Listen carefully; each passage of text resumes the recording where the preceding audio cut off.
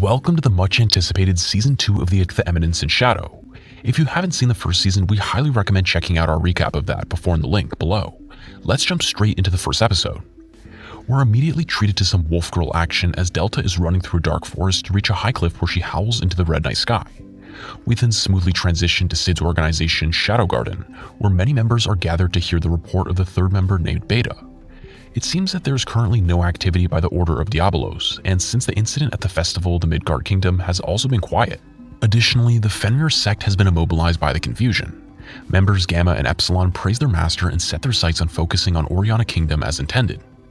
However, Zeta and Ida point out they discovered an immense increase in the funds flowing into the Lawless City, the epicenter of criminal activity and vice. Since the Lawless City does not belong to any nation or country, it's the perfect breeding ground for all the evil, wealth, and power to converge in its slums. Any tensions or huge events that might happen there could potentially have an immeasurable effect on the rest of the society. Gamma suggests sending additional personnel to the location, but before she could finish, Cid interrupts her. He smells it. What does he smell? All the girls were wondering where the smell was coming from, as they quickly started smelling themselves. But he does not smell their sexy hormones, but the blood in the Lawless City. It reeks of blood, and a storm of blood is brewing. A red moon reveals itself. It's in fact the legendary Red Moon. The members whisper of a tragedy of 1,000 years ago, but Alpha the second in command of Shadow Garden silences them. Cid takes the lead and announces that he himself will take care of this matter. All the girls in his Shadow Garden, are worried about him, but he assures them that it's just the moon turning red is all. And with a few more slick words, he persuades them that there's nothing to fear as one by one they kneel before their lord. The scene shifts to the Crimson Tower in the Lawless City, fueled by the Blood Queen. Two egotistical-looking adventurers mean to enter, but a figure with red eyes and tattered gray robes blocks their path and says they're unworthy. Only the servants or guests of the Blood Queen and powerful warriors may proceed. The two laugh confidently until the figure shows them what happens to the weak. He lost his arm in the fight with the Blood Queen and introduces himself as the White Devil, a famous criminal who has now been reduced to be a lowly watchdog of the caste of vampires. The three clash and blood is split, but we do not see the outcome as the sun rises. And the scene shifts to Cid being dragged by Claire, his older sister. They're going to the Dark Knight Association for a strategy meeting. As he's being dragged through the wretched streets of the corrupted city, he recounts the past events in the most amazing flashback/summary I've ever seen. I hope you followed everything that happened so far. The only real explanation we get is that Claire won a tournament and went to the Lawless City to exterminate vampires. She does not know about Cid's true intentions, and she aims to buff his resume to make him a government employee. She's not happy with him, not thinking about his future. But just before everything got too serious, a man addresses them saying he has some new pets in store. But it's not a usual pet store. It sells defeated warriors, and we discover the fate of the two from before. They miraculously survived, but were a bit damaged in the transit. They seem familiar to Cid, and the merchant keeps offering a better price for them to get Claire to buy them, but she puts her hand gently on Cid and says she has all the pets she needs. An interesting sibling relationship. The two keep on walking, and they bicker that if she doesn't hold him, he'll get lost, and in the end he actually gets lost. Sketchy people keep trying to rob him, but instead he ends up with their wallets and not the other way around. He then encounters a group of people beating the living shit out of a ghoul, a vampire underling with like a lot of HP, by his words, like literally.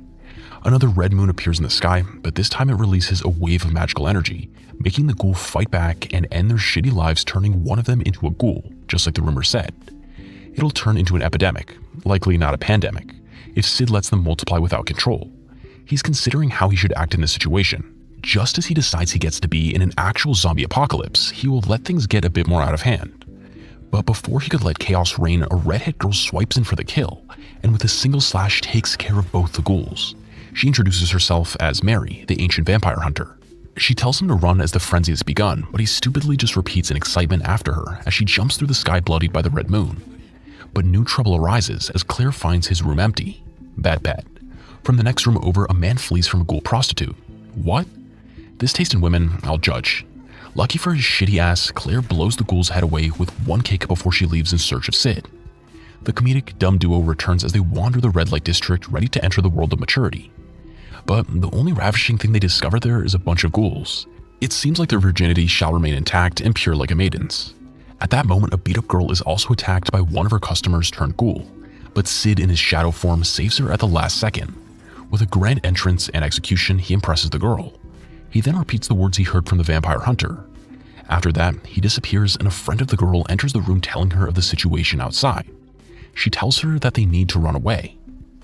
But the girl named Marie is now determined to leave his crazy messed up town thanks to Shadow, somehow inspiring her and giving her hope and courage to live on. A foxy lady, Lady Yukine, overlooks the bloody chaos below in the city as her servants come to point out the obvious. Claire cries over the body of one of the first men to die by ghouls in the alley where Cid was and mistakes it for him. But Mary points out to her that the head she's holding does not match her brother's, so she tosses it aside like it's nothing. Mary informs her that brother or someone who looks like him was taken to the Crimson Tower, a sacrifice for the vampire Queen Elizabeth, to awaken the Blood Queen from her 1,000-year slumber. Claire is surprised at the news of the Blood Queen, but the vampires have kept that fact a secret, waiting for the opportune moment to strike, when they're at their strongest. They waited 1,000 years for this night, for the night when the Red Moon would rise again. The two joined forces in order to save her brother and to accomplish Mary's goal of taking out the Blood Queen Elizabeth and take down every ghoul that crosses their path on the way. The warrior duo and the comedic dumb duo run for their shitty lives in the chaos that bursted around them. Blonde Garu idiot trips and is left behind by his friend, and at that moment he's attacked by none other than Boobs. Oh no, not Boobs, a horrible fate indeed. On the other side, the Knights Association is falling apart under the ghouls' attack, but lucky for a couple of loyal knights, Shadow saves them at the last second just as the ghouls have broken through their defenses. He again repeats the lines of Mary like an NPC. At the top of the decrepit Crimson Tower, Lord Crimson, a red-headed vampire stands watch over the Blood Queen Elizabeth. Another vampire informs him of some unexpected resistance in certain locations in the city. Lord Crimson foolishly assumes it's just Yukime the Spirit Fox, ruler of the White Tower, and Juggernaut the Tyrant, ruler of the Black Tower. He's confident that they'll meet the end of their shitty lives as soon as the Blood Queen revives. But he's not taking into account our shadowy hero killing the ghouls around the city, and he'll soon make himself known. Juggernaut and Yukine easily take out a large number of ghouls until they finally face each other. They clearly do not like each other. Foes to lovers in the future maybe, who knows? They exchange some blows and sharp words, but not with their smelly tongues, but with their weapons instead. The two rush towards each other unaware of the Shadow and the Red Moon. Someone somewhere may be trying to spin a new tale, but Shadow does not change. He only continues on his quest to become the Eminence in Shadow.